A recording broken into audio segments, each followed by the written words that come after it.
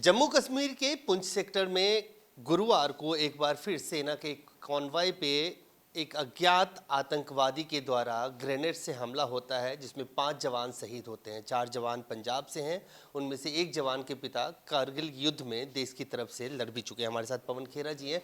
Sir, बार बार घूम फिर के अभी कुछ दिन पहले पुलवामा को लेकर कई सारे खुलासे हुए, एक बार फिर पुंछ सेक्टर में जो सेना के कॉन्वॉय पे हमला हुआ, क्या लगता है इंटेलिजेंस फेल्योर है?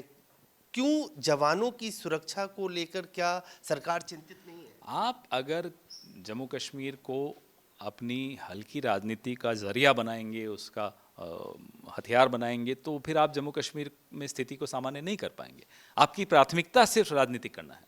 आपकी प्राथमिकता है ही नहीं कि स्थिति सामान्य हो, चुनाव हो, लोकतंत्र वहाँ फिर से फले फूले। ये आपकी प्राथमिकता में नहीं है। तभी पिछले 9 साल से आप वहाँ सिर्फ और सिर्फ उपयोग प्रयोग करते रहे, एक्सपेरिमेंट करते रहे, लेकिन आप वहाँ लोकतंत्र को भी ख़त्म कर चुके हो, चुनाव नहीं करवा पा रहे हो।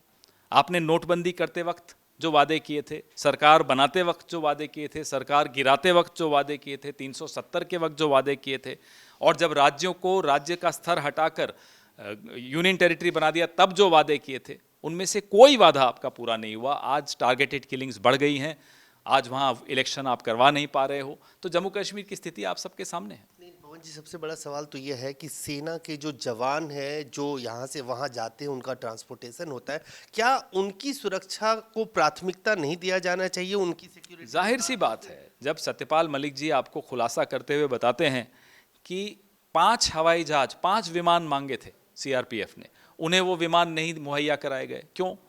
आप खुद तो अपने उद्योगपति मित्र के हवाई जहाज में घूमते रहते थे, चुनाव जीतने से पहले भी और चुनाव जीतने के बाद आपने अपने लिए 2 हवाई जहाज खरीद लिए। आप जवानों के लिए 5 विमान नहीं दे सकते थे कुछ 2 दिनों के लिए। उसका क्या नतीजा निकला? 40 जवान हमारे शहीद हो गए। तो आपकी प्राथमिकता कोरी और ओछी राजनीति करना है, उसके अलावा कुछ नहीं है।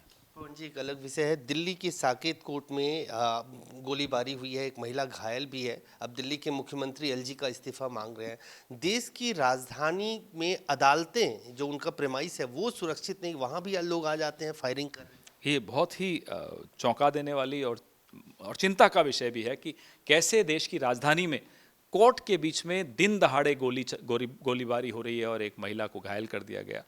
दिल्ली में कानून व्यवस्था निरंतर गिरती चली जा रही है, महिलाओं के खिलाफ अपराध बढ़ते चले जा रहे हैं, लूट खसोट तो आए दिन बहुत ज़्यादा हो ही रही है, और इस तरह से हमले होने शुरू हो जाएं कोर्ट में दिन दहाड़े, तो ये चिंता का विषय। आखिरी सवाल चलते चलते, 37% वीवीपैट की मशीनें खराब है। अभी आपने प्रेस कॉन्फ्रेंस किया है, 2024 में चुनाव होना है, एक बार फिर ईवीएम और वीवीपैट सबके दायरे में है।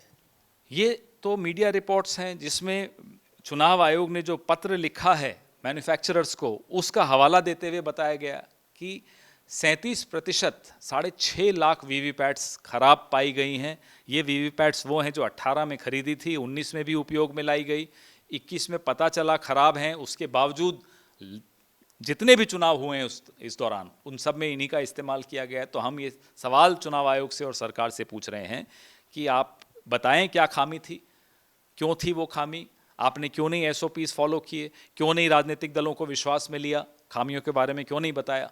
चुनाव की प्रक्रिया पर भरोसा लोकतंत्र की रीढ़ की हड्डी मानी जाती है। तो साफ तौर से पवन जी का कहना है कि चुनावी विश्वसनीयता सबसे पहले जरूरी है। कैमरामैन फिरोज के साथ अजय झा, दैनिक सवेरा, दिल्ली।